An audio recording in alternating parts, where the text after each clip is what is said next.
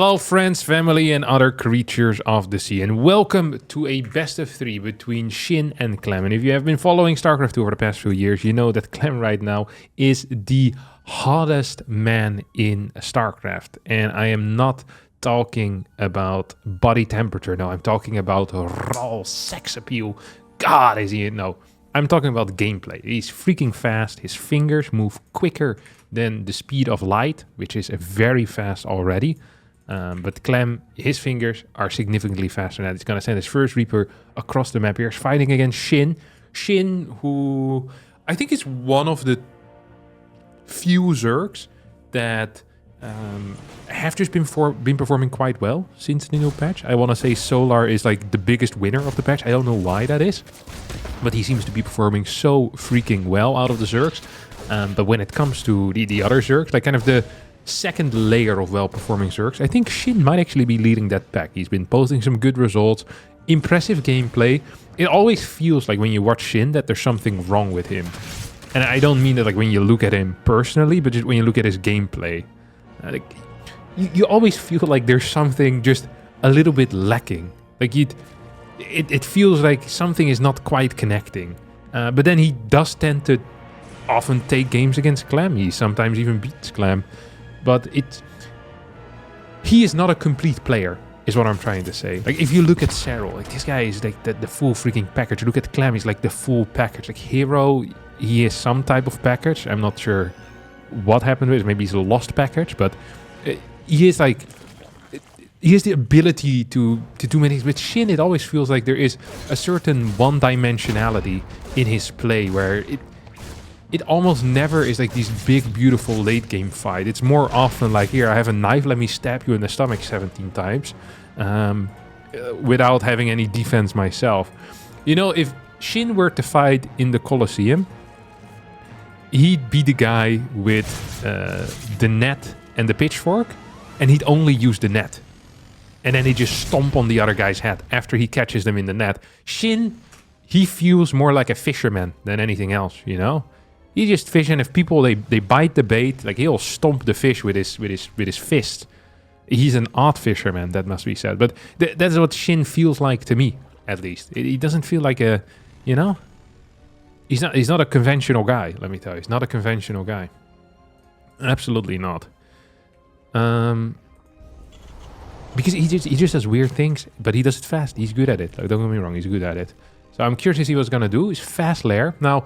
Shin has been playing a lot of fast lair builds and often going into a Roach Warren, but as he's taken 4 gases and he didn't build a Roach Warren, I have managed to draw the conclusion that this is not going to be Roaches, but instead it's going to be Spire. Now, I've been hearing a lot of good things about Spire builds, and I've even been seeing some. For a while I was only hearing about them, like a kind of like a mythical creature, like Zergs in like the... You know, the back chambers of the StarCraft 2 scene. They were talking about the 2-base Muta and 3-base Muta as like kind of this hot new thing. But I wasn't seeing it, you know? And then you start to think, it's like, am I being gaslit here by Zergs? Which makes no sense because I don't really play a whole lot of Terran. But still, one does start to wonder a little bit, you know? But now I've been seeing some games with Mutas. They look phenomenal. The Muta has been buffed. Direct, or well, the Spire has been buffed. It's a little bit cheaper, 150 instead of 200, and it builds 5 or 6 seconds quicker as well. But on top of that, the Baneling has gotten a buff post centrifugal hooks, and it means that a lot of the tank pushes that previously would kill Mutalisk Bane now actually don't kill Mutalisk Bane anymore, which is just a huge deal. So yeah, a buff for Muta most likely. Is this single Banshee harass? Did he lose the other one? Okay, he lost the other Banshee. So there's only one left. Things are starting to make a lot of sense right now for me. I think this Banshee is going to end up dying to the Mutas. Hey, this is not gonna escape, is it? No cloak available. A long path home. You might actually keep it. Oh, that's neat. Evo Chambers going down. Don't love the drone count here for Shin. Usually when you're playing 2.5 base builds, the thing that you want the most is to not lose any workers, right? Because you're investing a lot in tech, sometimes even very early already in unit. If on top of that you also start losing drones, that just means that your eco is... It already is going to be your weak point, but now it's doubly so your weak point. It's like... It doesn't make any sense at all. just like the guy with the trident and the fishnet, didn't make any sense to me either. I feel like that was definitely one of the most imbalanced, like the most underpowered gladiator setups that you had. Because you had the guy with like the sword and the shield. To me, that feels like the strongest one, simply because, A, that is what most people use anyway. So I feel like there's more traditional knowledge on the sword and shield and how to use it already, because a lot of people use it. So like the information, like the practice has to be significantly easier. But you've never seen like an army go into battle with fishnets and tridents. People have tried telling me this before, that the fishnet trident is actually quite powerful and was considered an okay thing. But I don't actually believe that it was a good gladiator setup, because if it was, you'd expect to see it more as well. Like, imagine, like, for highwaymen, for example, you know, robbing stuff. They wouldn't go stand and deliver and then try to catch you with a fishnet. You know, they slash your throat with some swords. That's what they do. It feels significantly better. And the fishnet might even have some real uses when you're robbing people, because they can't run away. You know, throw it on them. It just feels like an easy thing to dodge as well. And it's like it's like a consumable, you know? Throwing a net with a single arm is also quite tricky. Yeah. Either way, mutas are still flying around, as Fisherman Shin so far hasn't really caught a whole lot of SCVs either. He's trying his best, but so far he's mainly trying to catch a Hellion, and this Hellion is just running around. This is the ultimate trick, of running away. So the Hellion is going to stay alive. He's going to start attacking this 5th base. We get a scan on the fort. Clem sees that, like, ooh, there's actually quite a lot of drones there already. Like, maybe it's time for me to do the dirty and move across the map and see if I can kill you. Because this is really the hardest part of Muta, is before you have a good army. And you need to defend. And the way, ooh, look at that. Shin is going to do it. He's going to clear that turret. Comes in with a drive-by and says, hey, I'm just going to stop you from attacking me by attacking you. People often say the best defense is a good offense. But I think the best defense is a good offense while the opponent isn't home. You know? That makes a lot of sense. When are you going to be sleeping with your boss's wife? Not while he's at home. Exactly. And that's really what Zerg players do most of the time. Go into your 3rd base and sleep with your boss's wife. That's an odd strategy, but one that tends to work. Ling Rumbai comes in once more. This time there is a Banshee. Boss has installed some cameras in his house, and there you go. You've been caught. You now got fired from your job. Lynx are still going to try it as the mutas come in and start pouncing on this sensor tower. Okay, this is a little bit of damage. I kind of adore it. I dig it. But at the same time, Banelings need to connect, and they're not connecting. These Marines are awfully close to dying, though. Which is probably the worst thing that can happen to you as a Marine. Overseer is now moving in forward. I hope he does get to kill these mines, because that's going to be important. 2-2 finishing up in a couple of seconds as well. 17 more Banelings on the way. As this fight continues on a little longer. Overseers are slow. Slow as hell. What the heck? No Overlord speed quite yet. These guys take a year to show up. And now they're too far to the right. These mines are going to come back online. And Clem losing 17 SCVs.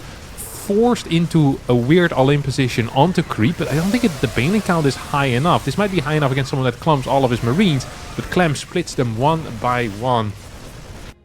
And Shin is... I mean, he's getting the damage done on the other side of the map. The problem is that he's also getting damaged.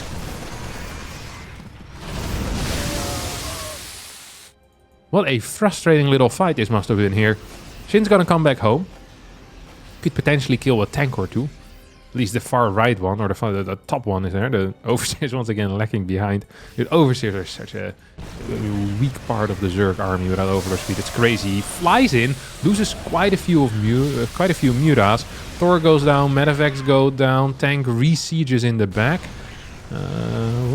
Need to be careful here. 140 supply to 143. Actually, Shin has done a fantastic job of evening up the supplies again. Clem, by the way, doesn't have a 3rd base. A 4th base, sorry. No, he does. It's just in the main. An odd situation we find ourselves in.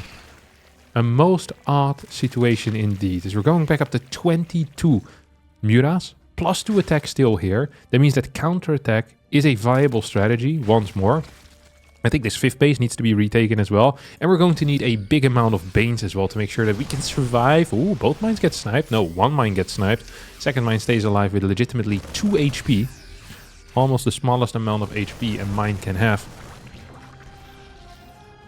The best a mine can have. Alright, Link's coming in, and they're gonna get caught by this marine mine tank army. Muta's coming in to harass a little bit as well. We'll take out 2 SCVs. Turret gets preemptively cancelled as a sensor tower goes down as well. Ling run by comes in, but we have a mine and a Banshee. And those two in combination are going to be strong enough. Big commitment here onto creep. Almost feels like Shin could have done something about it as he finally gets Overlord speed. He's also adding in 4 more Overseers. So he's really keen on having 7 Overseers. It seems like an odd investment if you're not on Hive yet. But you know what? Shin is going to Shin. As he's planning on killing this army. I hope he gets it. If he gets this army before it joins up with the main force, it could be a big deal. But it feels to me like Shin is not actually going to get this right side army. That means that this 5th base, or the 6th base, whatever it is going to get taken out. Changeling's now moving around. Yep, this base is toast. Medevacs are empty. Don't think you can actually fight this, can you? Ooh. Shin agrees to disagree and goes on to it. Gonna lose a couple of Mutas. I think I've seen 3 or 4 go down right now. At the same time though, this army is moving further forward. That was a fake drop, trying to pull his opponent out of position. Baneling's trying to connect with these Marines. This is all on creep, but a lot of Banelings going into the tank. A huge blunder out of our good friend Shin, who now doesn't really have the forces anymore to deal with this. A couple of workers are going down, and when I say a couple of workers, the entire 3rd base is being slaughtered right now. Banshee has shown up to help, but there's just not enough Banelings at home anymore, and I feel like if Shin had saved some of these Banelings, waited until the Mutas were there, or just hadn't walked into a tank, that this might have been enough. But right now, this is many things, but it ain't enough. 1k in the bank for Shin as well. 3-3 upgrades are going to finish up, and that means that Shin is gonna tap out with a GG. An epic first win for Clem, and that means that he is looking for a 2nd win. Another notch on his belt. Clem has so many notches in his belt that he actually now has a... it doesn't fit in his regular belt anymore. He has a belt that has notches for every belt that was filled with notches already. And he's already on his 2nd belt of those. At some point he's going to need a belt for the belt notches that notch the belts. You know what I mean? Clem just beats a lot of people, is what I'm trying to tell you. Okay? He's a big beater. And he's not ashamed of it either. Reaper's gonna attack this Ling. That's fine. Gets the CC behind this too. Phew. Moving around. Wow. The other day I went to the dentist. And when I say the other day, it was yesterday. And one of my, I think you call them fillings. It wasn't tight anymore. They said it got loose, so they had to redo it. And I also had some cavities because my brushing skills aren't good enough, apparently, according to them, which I find odd. I've been brushing for 30 years. I think I know how to do it. I have an electric toothbrush as well, which takes away, honestly, the difficult part of the brushing, which is the moving up and down at high speeds. So I don't understand how the hell you can brush wrong, but according to the dentist, I was brushing wrong. Then, okay, these are people that are criticizing my brushing movement without even having seen it, by the way, just completely result-oriented.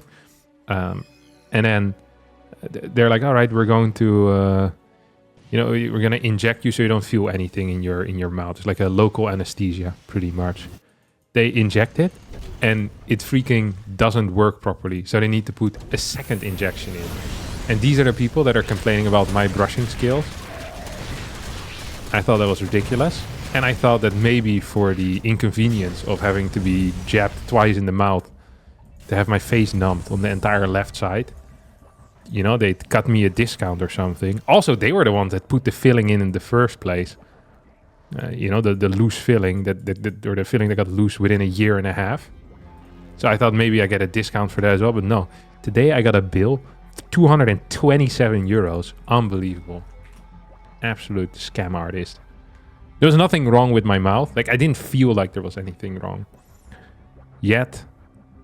You know, they just make their own business. You know, like you have a loose filling. I can't check if I have a loose filling. They can just make it up as they go. Generally, I think dentists are some of the most untrustworthy medical professionals. I don't know if this is true, but I think so. Because they... Like, usually you go to the doctor when you feel sick. Like, there's no bi-yearly, like, checkup that you go to the doctor to see if they can sell you something. But every freaking dentist is just sending you 1,200 reminders. Hey, your 6 months are up. It's time for us to charge you some money again for your 6 monthly check. See if there's any loose fillings. Oh, another loose filling. Oh, you might have some cavities. Like, they poke in your mouth for a bit. They hurt you. And then always after the dentist, you feel worse than before. And then at the very end, they tell you that you're not flossing enough, no matter how much you floss. And they have some commissioned super floss that they can sell you. They also always recommend a different toothpaste, no matter what the result is. Like, just whoever is sponsoring them at the moment. Dentists are kind of like influencers, you know? They just recommend whoever pays them. I don't know if any of this is true. This is what it feels like, you know? I could have done the research, but... I mean, this is a StarCraft 2 channel. I'm not a dentist researching agency. What do you want from me? Talking about StarCraft, Clem has gone for a Marine Hellbat attack that has lost him 2 SCVs and killed an Overlord. One could consider this unsuccessful. 4 more barracks on the way. What the hell is this build? He's going into 6 racks. Now, you look at this and think to yourself, hey, don't Terrans always play 5 racks or 8 racks? There's nothing in between. And I would say that is absolutely true. There is nothing in between in the Terran mind, so that means that Clem forgot to count his barracks. He's on 6. I've never seen this before out of Clem. He is a true believer in the 5-8. This was a great start for Shin, by the way. Like, that Hellbat push got cleaned up. On an okay worker count as well. Shin is now moving across the map with the Mutalisk. So he survived what is supposed to be the hard portion of playing Muta, which is before the Mutas are out or as the Mutas are coming out, because Mutas are lacking firepower, you know? They're good at harassing and they gain... There's some units that I kind of call like economy units. It's not necessarily a drone that actually gives you money, but the Phoenix, the Oracle, the Muta, these are units that over time, 90% of the time end up paying off. The longer they stay alive, they don't generate money, but they take away money from your opponent, often without really losing anything. So it's... If someone goes like 65 drones and then builds 10 Mutas, that is about as greedy as someone going up to like 80 true drones and building pure Ling Bane. Like, that feels very similar to me in terms of greed and, you know, risk taking. So it's always something to keep in mind when you're watching these units that aren't necessarily good in a direct engagement, but have a kind of a niche use, like killing SCVs. Clem's doing a good job at defending here, by the way. He moves into his own main base. 4th base on the way too. 10 Marines coming out. Oh, these 6 barracks are really pissing him off, I can tell you. He wishes he had only 5 right now. Because how many does he add now to go to 8? Like, he can't do the math in his head. Usually he adds 3 because he goes from 5 to 8. But now from 6 to 8, what number even is it? He might just add 3, go accidentally up to 9. Like, he's completely thrown off right now. Oh, this is a flank. Freaking Marine flank takes out 400 resources worth of Mutalisk. Phenomenal stuff. Absolutely phenomenal stuff. Gotta move towards the left. Big scan into the main base. Look at that. Clem. He is a man that knows what he wants and wants what he knows. He sees the lack of a hive and decides, you know what? I think I can defend a little bit longer, because this probably means you're heavily focusing on... Look at that, 3 extra barracks. From 6 to 9. I'm telling you, Terrans can't count. I've been saying this for years. That's why they always use... against Protoss, they go 3 barracks. Then they go 5. Then they go 8. There's nothing in between. We always thought... the other races always thought that it was the most optimal way of playing. But now I'm starting to truly believe that Terrans just don't know how to count. Like, they can't do addition. They just know when to build which amount. They go like 1, 2, 3. But they can't count how many they have already. Because he has 6. He's going up to 9. Oh, how awful is that? This is nice, by the way. This type of stuff, like getting a Thor stock, is super frustrating. Because it takes a lot of time to fix. And a lot of attention as well. Ooh, dude, Clem keeps freaking surrounding Mutas. with Marines, which is insane because Mutas can fly and Marines cannot. This is like trying to surround a shark with humans, and he just swims away. Like, in the water you can also, people don't think about this, but in the water you can also go up and down. You know, it's not like on land where you can actually surround someone. But in water, it's just up, down, left, right. Like this, there's multiple dimensions. It's like flying. Like it's significantly harder to surround someone underwater. That's why there's almost no like group hunting in the sky where they try to surround, like a, you know, like 5 bald eagles try to surround a pigeon or something like that. It just doesn't happen. Never thought about that, huh? Ooh, that was neat. I do believe that sharks actually group hunt, though, against, like, big schools of fish. They do kind of try to surround them, so there goes my entire point. But whatever. Ooh, here we go. Big hits, big hits, big hits. No hits. Some hits. Not the big hits that we were looking for. Once again, the Mutas, not really there. This seems to be Shin's favorite pastime, is going in with Banelings before the Mutas arrive. I really feel like the Mutas do add something, because they force the Marines to move further forward. As Mutas now are going to kill this thing mine from the far left. Oh my god, 28 kills total on this bad boy already. Needs to get taken out at some point. 84 drones though, against 71 SCVs. And at the same time we have a double drop. I don't know where this came from, but it is coming in. Good target fire there on those Banes. Look at this. We have 4 more Banes rolling in. 1, 2, 3, 4. All of them get sniped. 5 get sniped as well. That was insane. Any other Terran would not have been capable of doing that. And look at this. Split on the medevacs as well. I think this is game. Meanwhile, Clem is still moving across the map as well with his 9 barracks. Dude, he's producing so many more units than usual. He doesn't even know. He's like, man, how do I have so many units? It's because you have 5 reactors, 10 Marines at a time, 4 Marauders pumping, these 2 extra Marines.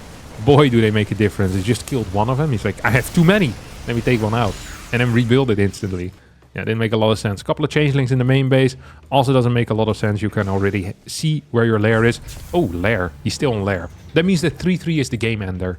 So this is the thing with Mutaling Bane, is if you're playing it with 2-2 upgrades, with decent eco but no hive, it means that the moment 3-3 finishes for the Terran, the game ends. It is just simply not possible to fight against a 3-3 army with Mutaling Bane. You cannot do it. It's too strong. The Terran force is simply too strong. As we're going to get a couple of mine shots, not really connecting. One thing that we shouldn't forget is that Clem actually tends to retarget his mines as well. That's why we're seeing so many successful mine shots as well out of him. Look at this. Couple of big hits. Clem is being taken out here, but look at the reinforcements. Just mowing across the map. 6, 7 medevacs still alive as well. Shin in between a rock and a hard place. And the rock and the hard place are moving towards them at rapid speed. And both of them are being controlled by Clem. As the Overseers try to do some mind drags, but it's not good enough. Shin loses and Clem wins with a 2-0 score.